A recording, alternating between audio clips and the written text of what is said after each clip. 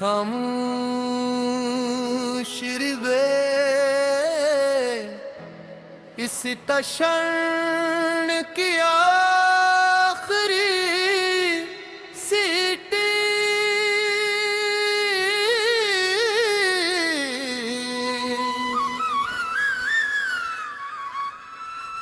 सरसब्ज की तार दूर तक फैले दरख्तों के दरमियान एक छोटा सा रिलवे स्टेशन था।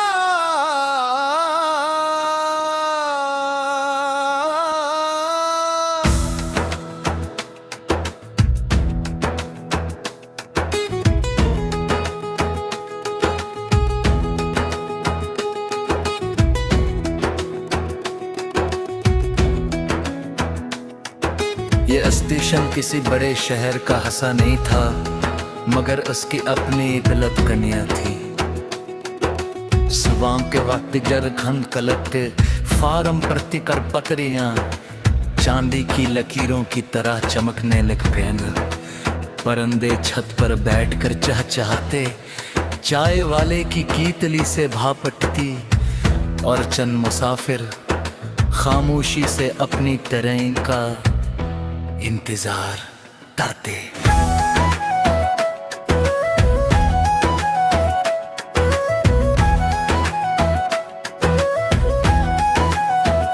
ऐसी स्टेशन पर एक बोरा स्टेशन मास्टर रहता था, जिसे सब बाबा नामन कहते थे।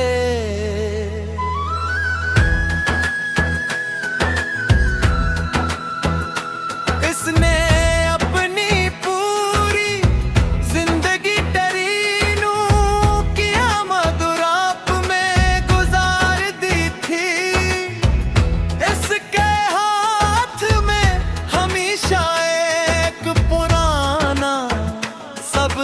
झंडा और जेब में एक घड़ी राती थी।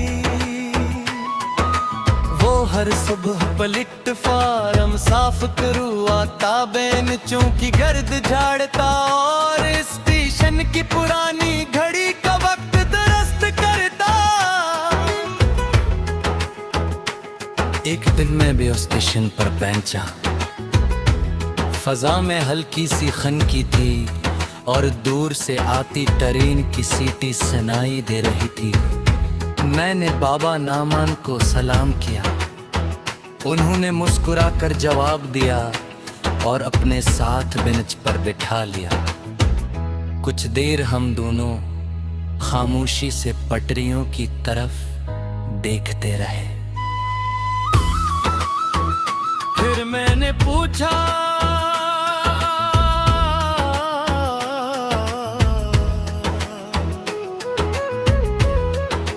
बाबा, इतने बरस एक ही जगह गुजारने के बाद आपको कभी एकताहट नहीं हुई? उन्होंने आहिस्ता से कहा, जो हर रोज नए चेहरों में नई कहानियां देख ले, उसकी जिंदगी कभी पुरानी नहीं होती। ये बात मेरे दिल में उतर गई। इसी दौरान एक छोटा बच्चा रोता हुआ प्लेटफार्म पर आया। वो अपनी माँ से बछड़ गया था। बाबा नामों ने फौरन ऐसे अपने पास बिठाया, पानी पिलाया और लाउड स्पीकर पर ऐलान करवाया। चंद ही मिनट बाद इसकी माँ दौड़ती हुई आई और बच्चे को गले लगा लिया। इसकी आंखों में खुशी के आंसू थे। मैंने बाबा नामान से कहा, आपने बड़ी जल्दी मसला हल कर दिया। वो मुस्कुरा कर बोले, कभी कभी एक लम्हे की तवज्जो किसी की पूरी दुनिया वापस लौटा देती है। तो दोपहर के वक्त एक बूढ़ा मुसाफिर आया जिसके पास टिकट खरीदने के पैसे कम थे।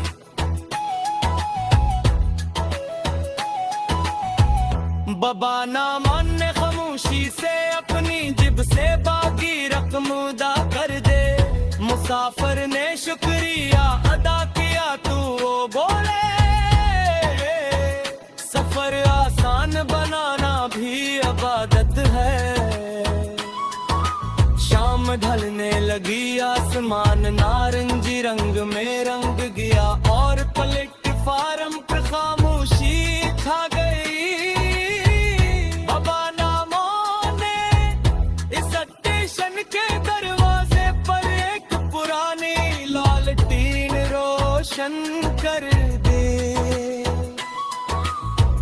मैंने पूछा ये लालटी क्यों?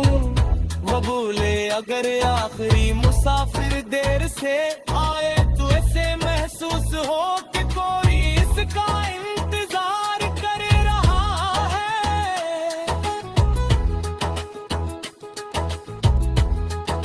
रात गहरी हो गई, आखिरी तरीन की सीटी फजा में गूंजी और फिर खामोशी फैल गई।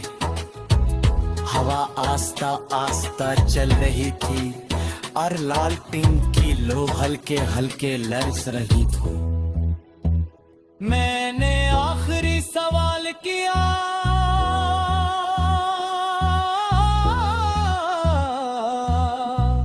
बाबा अपने जिंदगी से सबसे कीमती सबक क्या सीखा? उन्होंने पटरियों की तरफ देखते हुए कहा, जिंदगी थी एक सफर है हर परी कुछ देर के लिए साथ चर्चाया। इसलिए कोशिश करो एक ऐसा गुजरने वाले अगर लम्हा किसी के लिए आसानी और सुकून जो जाए। फिर वो खामोश हो गया। मैं देर कभी उनकी बातों पर सोचता रहा। सुबह जब मैं अपनी मंजिल की तरफ रवाना हुआ